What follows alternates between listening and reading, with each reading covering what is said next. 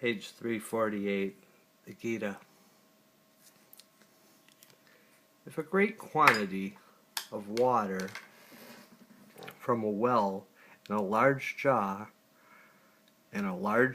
can't be a little drawn in the palm of the hand,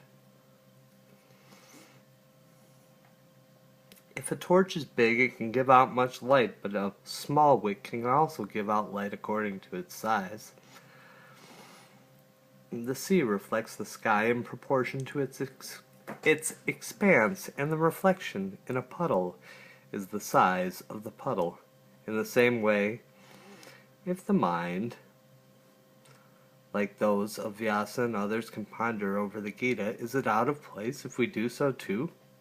Don't fish share the same ocean with creatures as large as Mount Mandara? The sun is clearly visible to Aruna, the dawn, which lies close to it. But can't the ant on the surface of the earth also see it?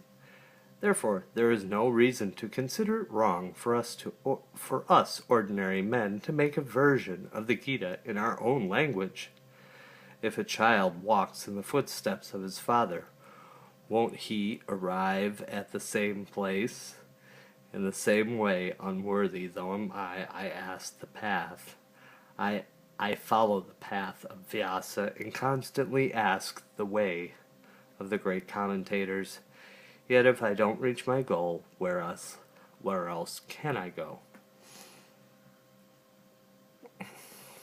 He through whose patience the earth doesn't grow weary of supporting the whole creation, and the whole whose nectar the moon cools the earth, from whom the sun takes its light with which it removes the shadow of darkness from the earth, who gives water to the ocean, sweetness to water, and beauty to sweetness, from whom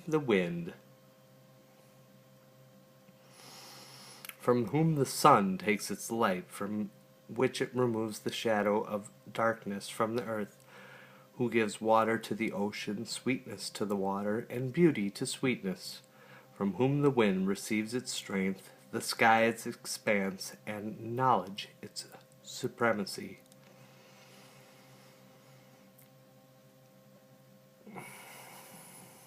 From whom the Vedas derive their eloquence, and from whom joy is made abundant, and who gives great form to the universe. This is my great Guru, Sri Nivritinath, all-powerful and all-gracious, who has entered into me and works in me. Therefore it is surprising that I should present the Gita to the world in Marathi. The fisherman Ekalava, who set up on a hill a clay image of his Guru, won universal fame. Other trees near a sandalwood tree absorb its fragrance, and when Vashishta spread out a piece of his saffron cloth, it vied with the sun in brilliance.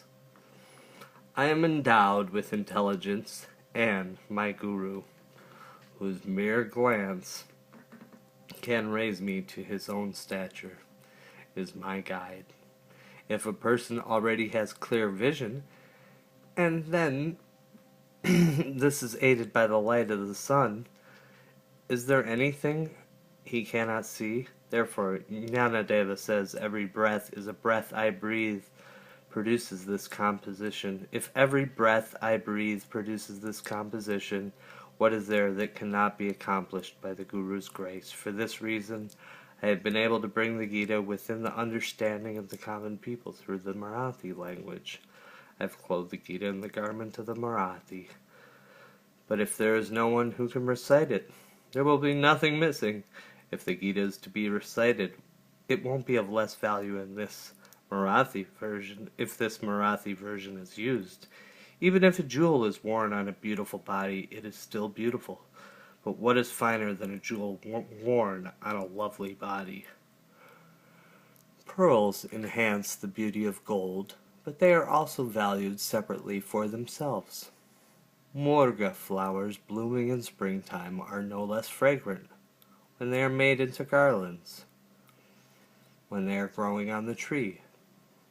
Similarly, I have composed this version of the Gita in the Ovid meters in such a way that it may be used either as a commentary or it may be used by itself without the Sanskrit Gita. These words, filled with the delicate essence of the Supreme, have been threaded together in the Ovid meter, which is understood equally by the simple and the wise.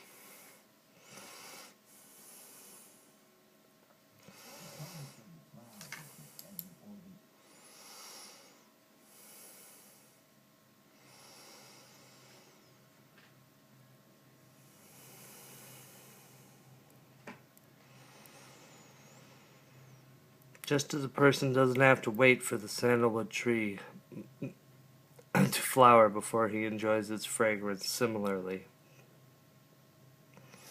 one experiences union with God as soon as one hears these verses. Once people have heard this commentary, won't they become devoted to it? Through reading it, a person's mind becomes enlightened. When he understands it, he forgets even the sweetness of nectar. Without difficulty, this poem has come to be